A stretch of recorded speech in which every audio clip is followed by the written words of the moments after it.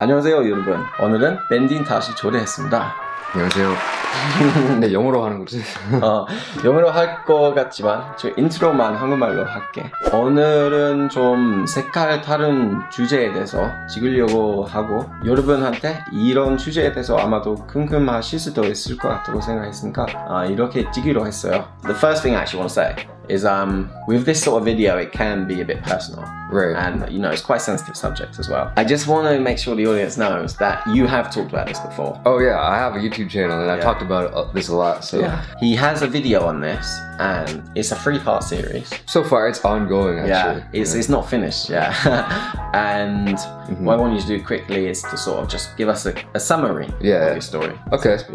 Yeah, well basically I was born in South Korea, and when I was about 5 months old I was adopted and I moved to America. I grew up in a very small town in Illinois. It's like the countryside.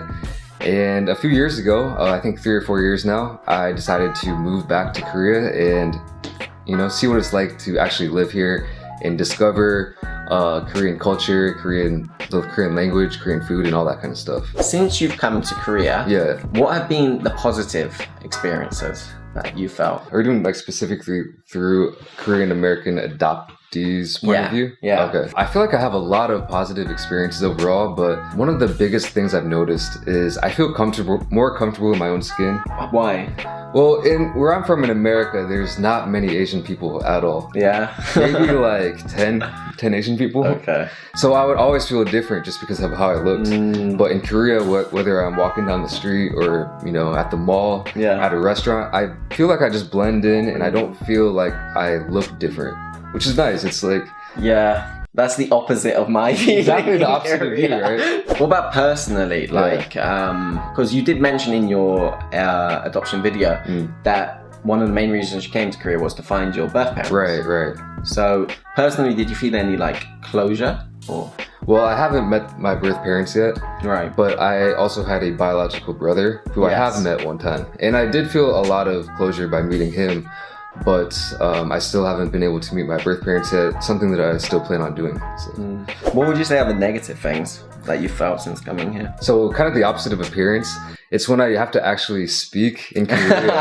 That's when it gets a little bit weird and uncomfortable for me. Yeah. Because I feel like a lot of people will assume that I'm Korean, right? But when I open my mouth and speak in kind of bad Korean, I can sometimes get some looks like. And even still, if I'm at a restaurant or whether I'm like setting up my phone contract or internet or something, I kind of feel uncomfortable to speak Korean or English, so I just like uncomfortable to speak sometimes. Why did your parents choose a Korean baby? Well, to be honest, I'm not 100% sure. I did ask them once or twice, and from what I know, at the time, Korean babies were known to be very healthy. Oh, really? Yeah. So how old are you? You're like... I'm 26. So... That was back in the 90s. 1990. Yeah. So your parents are American. Yeah. So they didn't have any affiliation to Korea? None at all. No. Oh, because I mean, like, there's so many countries you could like. Right. Exactly. It wasn't anything like, oh, I like Korean culture, like anything like that. Okay. Yeah. No Korean friends or anything like that. Just, how did Korean people react to you when you meet them? You know, you talk to some Korean to them, then they're curious why your Korean isn't perfect. Right. And then you tell them, you know, that you were adopted. If you do that. Usually I do. Yeah. How do they sort of react usually? Honestly, I would say very well. Yeah? I've never had many experiences where people either feel very sorry for me or get angry or anything like that. They just kind of take it in stride and say, oh, okay, well, you know, I know somebody who's adopted, or I know someone else who's, you know, they gave their kid up for adoption or something like that. Yeah. A few times people have been like still kind of flustered, like why I'm here. Really? Yeah, and like why they still can't understand the fact why my Korean isn't good. And, but that's very rare. Usually, very nice or good reactions. I would say. Yeah, I think those people are probably quite weird. Just generally.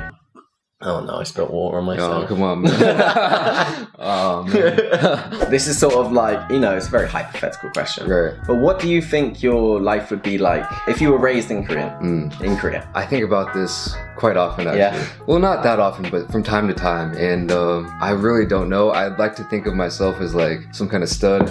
You know, I was like the cool kid growing up, and like, but I really don't know. I feel like I might be a nerd, but I feel like it would be a lot different from my upbringing in America. I don't know. There's always the debate versus like nature versus nurture.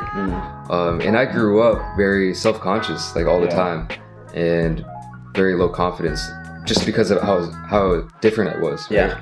I think I wouldn't have that if I was raised in Korea. Right. You never know, but You never know. I feel that could be the case. Yeah, there was a comment on the other one which got a lot of likes, and I know a lot of your fans think this, that you could be a K-pop idol. If you were raised in Korea, maybe you might have ended up as a K-pop idol. You know, I don't know about that.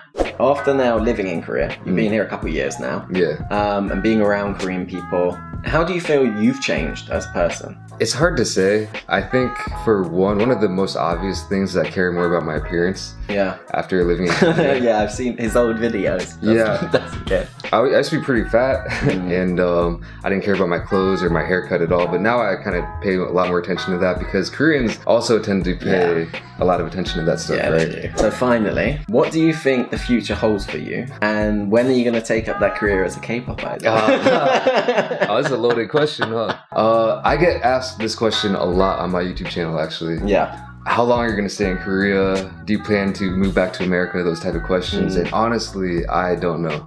I'm just going with the flow. It's kind of a boring answer, but I could see it ending up either way, to be honest. My ideal situation would to have a place in America and in Korea, but I mean, like, for now, I'm just loving life in Korea and plan to stay here until, I don't know, until indefinitely. And the K-pop? Oh. Right, that'll do for today. Ben and me are going to do a video now. That's intense, man. We're basically doing like an eating challenge thing, and we're eating one bowl of jjajangmyeon, like see who can eat the fastest. Yeah, that speed challenge. Yeah, speed challenge. I'm gonna destroy him. I'm You never know, good at speed challenge. Are you? No. So yeah, we'll put a link to that here. We'll put a link to the other videos we've done together. Thank you for coming down. Yeah, thanks for having me, man. Thank you Appreciate for coming it. down. And we will see you guys next time. Peace.